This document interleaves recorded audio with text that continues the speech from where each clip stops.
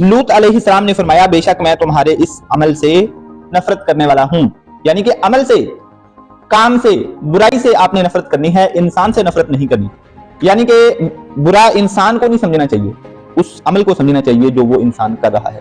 ہو سکتا ہے وہ انسان آپ کے اچھے سلوک کی وجہ سے اچھے راستے پر آ جائے، بھلائی کے راستے پر آ جائے، برائی سے دور ہو جائے، اس برائی کو چھوڑ دے آپ کی وجہ سے، آپ کے اچھے سلوک کی وجہ سے. ٹھیک ہو گیا؟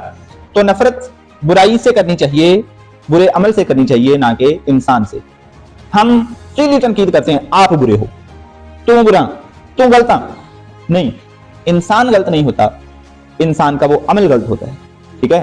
اگر کسی سے کوئی مخالفت ہو جائے کسی بات پر، تو یہ نہیں ہے کہ وہ اس انسان سے مخالفت ہے، بلکہ آپ کے کسی نقطہ نظر کا اختلاف ہو سکتا ہے، آپ کے کسی کام کا اختلاف ہو سکتا ہے، آپ کی کسی سوچ کا اختلاف ہو سکتا ہے. اس انسان سے اختلاف آپ کا نہیں ہونا چاہیے. یہ نہیں ہونا چاہیے کہ آپ کسی انسان سے کسی بات پر اختلاف کی وجہ سے آپ اس کے ساتھ دشمنی مول لے لیں، آپ اس کے ساتھ باقی کاموں میں بھی مخالفت کرتے پھریں. ٹھیک ہے جی؟ ایک بندہ ہے اگر سکول میں فرض کیا اس سے میری مخالفت ہے، اس کا مطلب یہ نہیں ہے گھر میں بھی میں وہ مخالفت نکالتا پھروں. یا ایک بندہ ہے جس کی پنڈ لیول پہ مجھ سے مخالفت ہے، یہ نہیں ہے کہ میں سکول میں بھی، اپنے کام پہ بھی، سکول سے مطلب کام کی جگہ کوئی بھی ہو سکتی ہے، میں وہاں بھی مخالفت نکالتا پھروں. ایک بندہ ہے جس سے میری سیاسی مخالفت ہے، اس کا یہ مطلب نہیں ہے کہ میں گھر کے لیول پہ بھی اس سے مخالفت نکالتا پھروں. ٹھیک ہو گیا نا؟ عمل سے نفرت کریں، گناہ سے نفرت کریں، انسانوں سے نہیں.